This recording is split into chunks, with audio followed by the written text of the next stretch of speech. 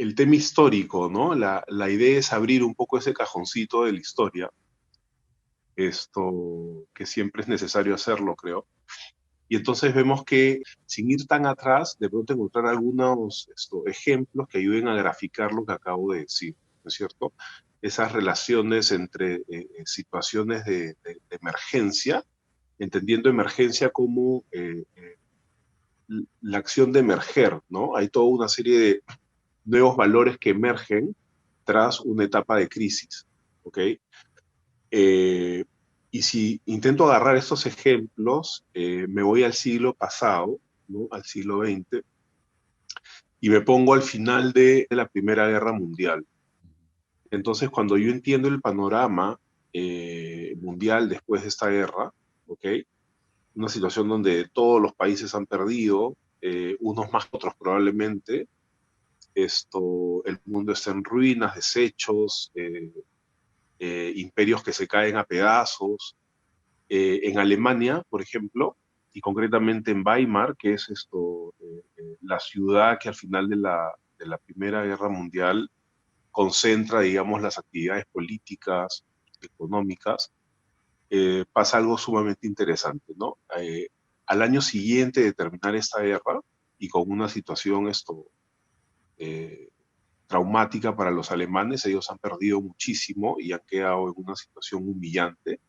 Un arquitecto, de hecho, en el año 1919, funda una escuela de diseño, ¿ya? Esto para mí es fundamental dentro de lo que estamos hablando, ¿no? La escuela es la Bauhaus, y ese arquitecto lo que propone es crear una comunidad, ¿ok? De creativos, ¿ok? En donde a partir de distintas especializaciones que se dan, se propone, ¿ok? La posibilidad de repensar el mundo, ¿ya? Esto es potentísimo, ¿no? Creo que es brutal, ¿ya? Y este hervidero de ideas, ¿ok?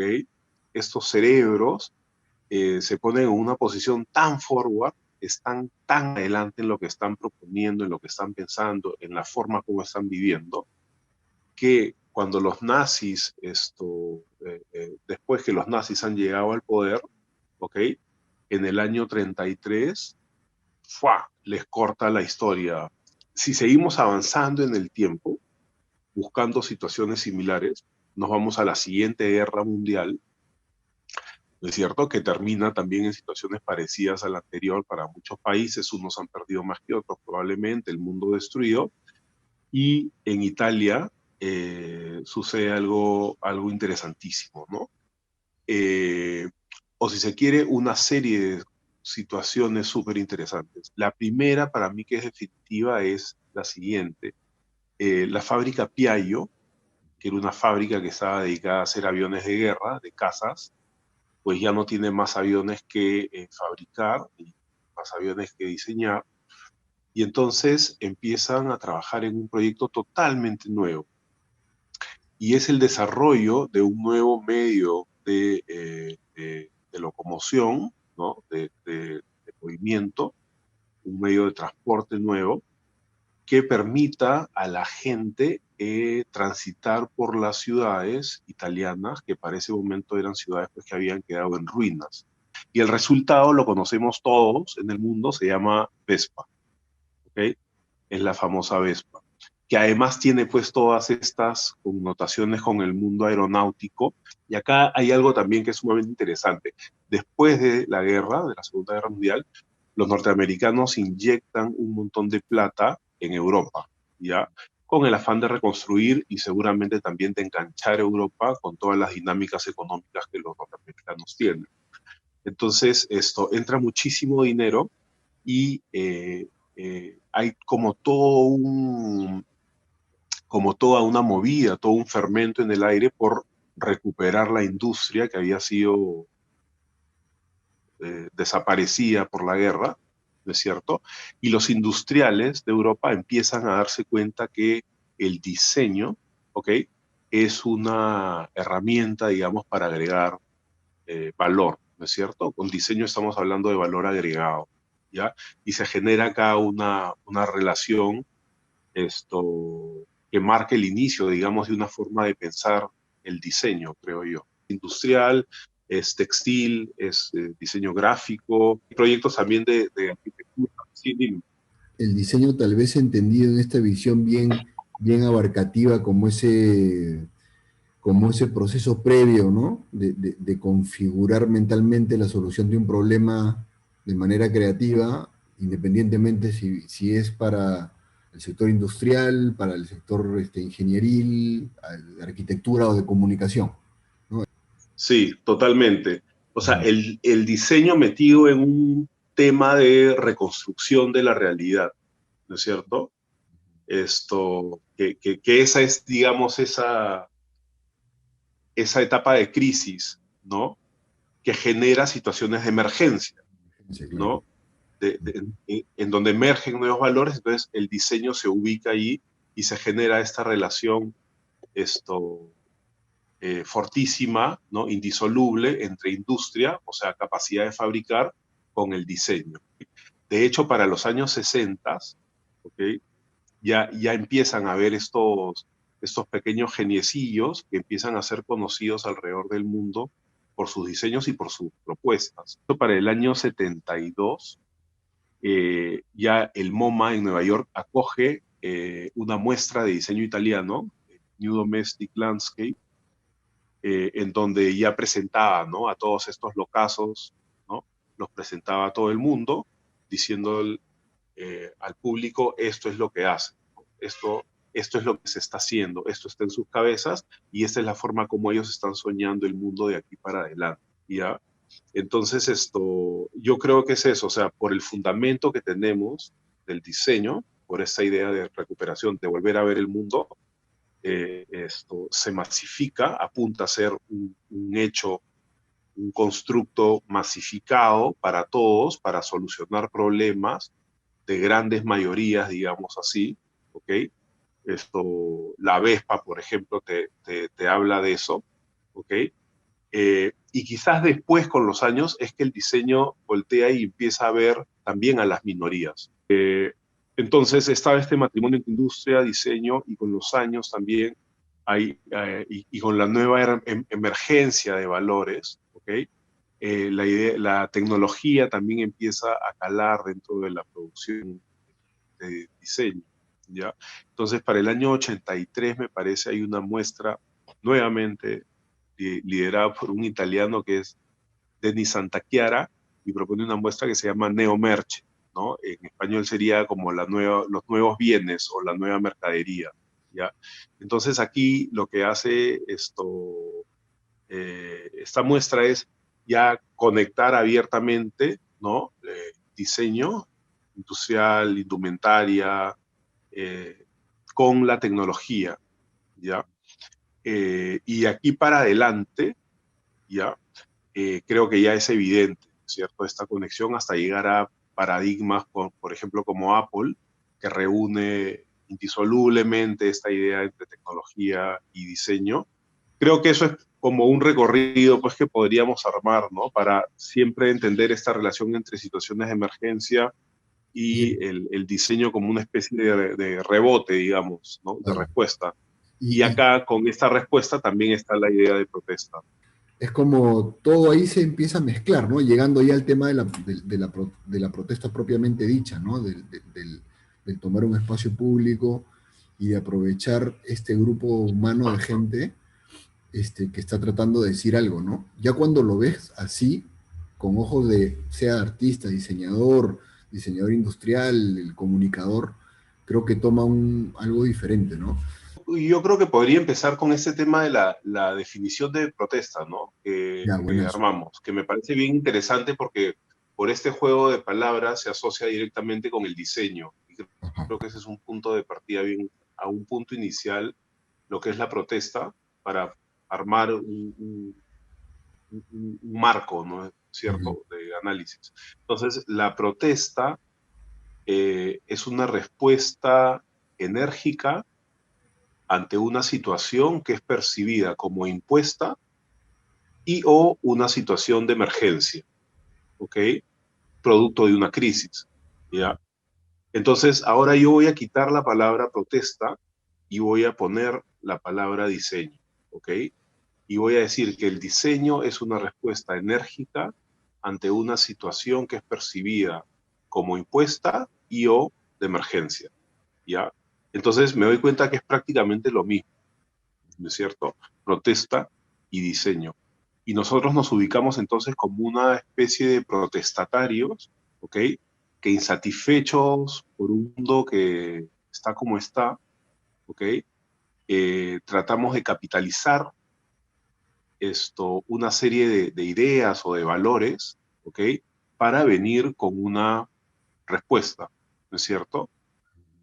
Y esa es nuestra protesta, ¿no? Decimos esto así, aquí, de tal forma, para tales personas o para tal público objetivo, ¿ya?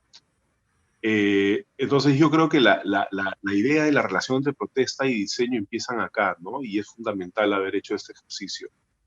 Estamos continuamente protestando, continuamente haciéndolo, a partir de nuestro trabajo, ¿no? Siendo inconformes con lo que vemos, con lo que conocemos, hacemos propuestas.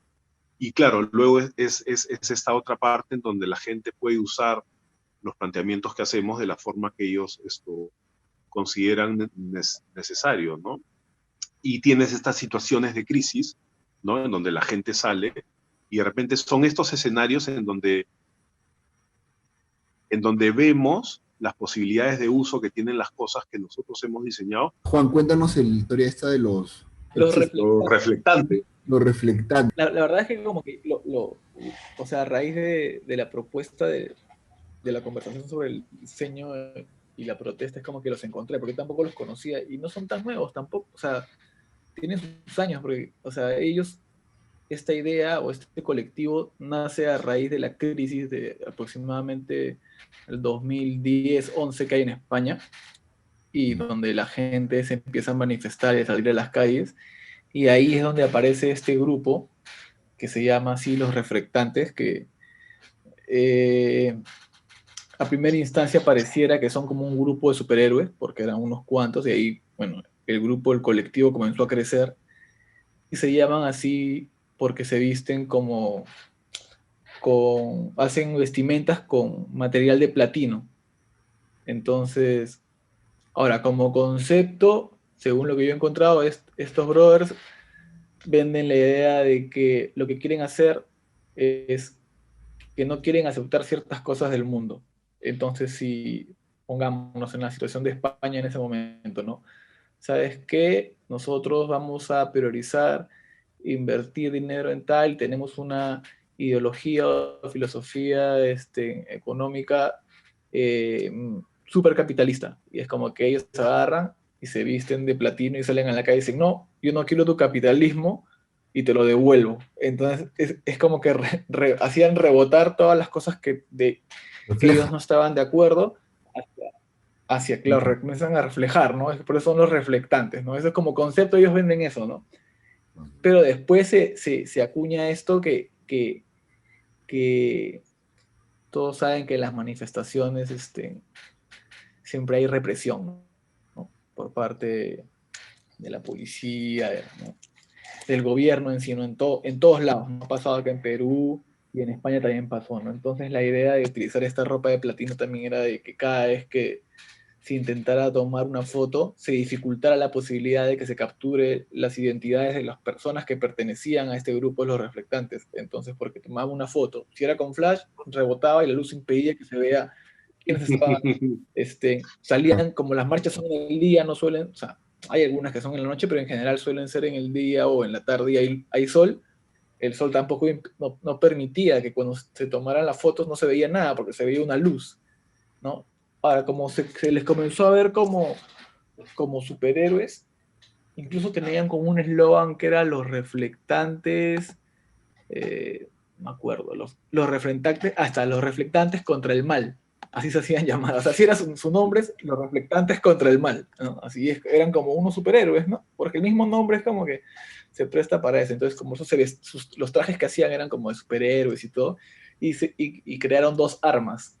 No tenía un arma que era como el rayo reflectante, que era una pintura que era en forma de rayo y que tenía una luz.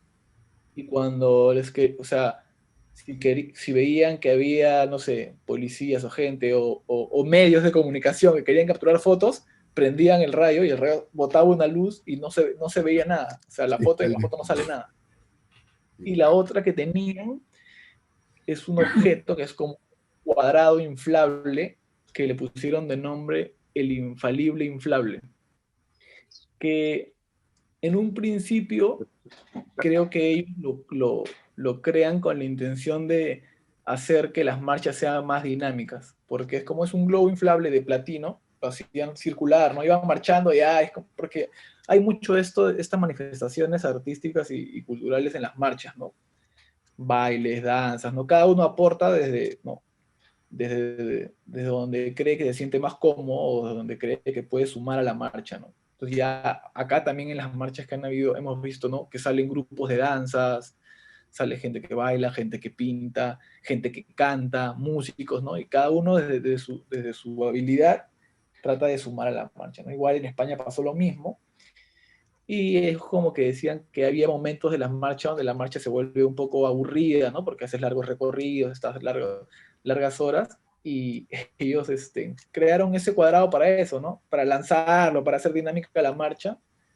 Y en un momento, o sea, cuentan que ellos, había un grupo de reflectantes que estaban en un lugar, estaban sentados como descansando de la marcha, y de la nada aparece un grupo grande de policías a querer reprimir y les comienzan a pegar todo, ¿no? O sea, con perdigones, todo, y ellos como que se asustan y la primera reacción que tienen es agarrar el globo y como para defenderse se los tiran. O sea, le lanzan el globo al grupo de policías y los policías es como que se quedan, o sea, como medio fríos porque no sabían qué cosa era eso, era un globo, sabían que no los iban a matar porque es obvio que es un globo plateado y se les viene encima.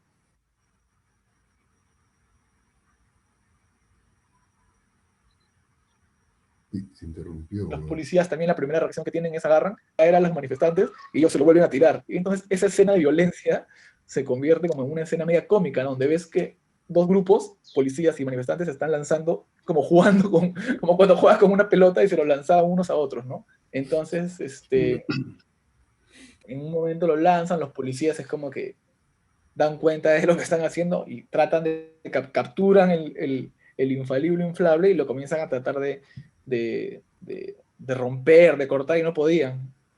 Entonces, en ese momento que intentan romperlo todo, el grupo de reflectantes aprovecha para, ¿no? para irse, ¿no? Para dispersarse, que es lo y al final esa es la funcionalidad ahora del globo, ¿no? Porque después lo replicaron, tienen una página donde pusieron manuales de cómo cada uno desde su casa puede crear su globo reflectante y su rayo reflectante y ponen cuál es su filosofía y todo, y va gente que se ha ido sumando y sumando, y es como que, al menos, bueno, yo no conocía el grupo, pero según lo que he encontrado, en España se hicieron bastante conocidos.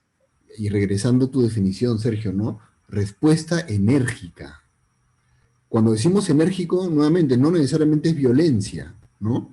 Porque esta respuesta es enérgica, pero es un enérgico distinto, ¿no? Es un enérgico probablemente desde el humor, desde la sátira, desde la inteligencia, ¿no? Que los policías ya, luego de esa primera vez que tienen esa experiencia con el globo, y como se les dificultaba lo que hacen, se les dificultaba, no sé, reducir el globo, por decirlo así, lo que hacían los policías es que lo agarraban, porque o sea, trataban de cortarlo todo, y el globo aguantaba, o sea, era un globo resistente, incluso aguantaba perdigones. Entonces los policías lo que agarraban era agarrar el globo y se lo llevaban. O sea, venían así un grupo de policías y tú lo veías por la calle los policías llevándose el globo, no sé a dónde se lo llevarían. Es un poco Detenido el globo. Claro. ¿no? Sí, sí, Ah, sí, sí. dígame, Ahora, acá hay algo, hay algo que es bien interesante, ¿no? sé, estamos hablando de la capacidad del producto, ¿no es cierto? La capacidad que tiene el producto, en este caso el globo, ¿no? El infalible inflable, Qué buen nombre. la capacidad que tiene para desarrollar una serie de situaciones, ¿ok? Es casi como que el producto haya hablado a la gente, tanto como a manifestantes como a policías, ¿no? Y les haya dicho, oye, conmigo pueden transformar la situación y hacer un vóley en la calle, ¿no? Y todo eso es 100% la capacidad que ha tenido ese juguete, ¿ok? A partir de sus características, ¿no? Para que la gente lo interprete como lo que lo haya interpretado, ¿no? Entonces se terminó de generar esta situación que tiene que ver pues, con lo gracioso y tal. Pero yo lo que siento es que la reflexión es esa, ¿no? O sea, ¿qué capacidades tienen los productos que diseñamos para que la gente haga tal o cual cosa? Ya, bueno, nada, lo último era esto, que a partir de esta idea de las bancas inclinadas del Parque de la Democracia, que es una idea que va a tener mucha acogida porque viene de Finlandia. Esto, yo pensaba también en estos espejos sonoros, que es una tecnología pre-radar, o sea, pre-Segunda Guerra Mundial, donde para oír a los aviones enemigos se usaban unas especies de conos grandazos que permitía a la gente, pues, estar 20 kilómetros por delante de los ataques, ¿no? Entonces, pensaba de pronto en estos espejos sonoros usados en los parques para tener la posibilidad de oír sin necesidad de ver, ¿no? Bueno, Que era algo pues que me parecía bien, bien potente. Porque lamentablemente creo que estamos muy acostumbrados a oír de cierta forma a partir de quién viene la información, ¿no? O sea, a partir de un rostro, de la construcción de un rostro. Y creo que sería bueno también tener el ejercicio de poder oír sin necesidad de ver las caras.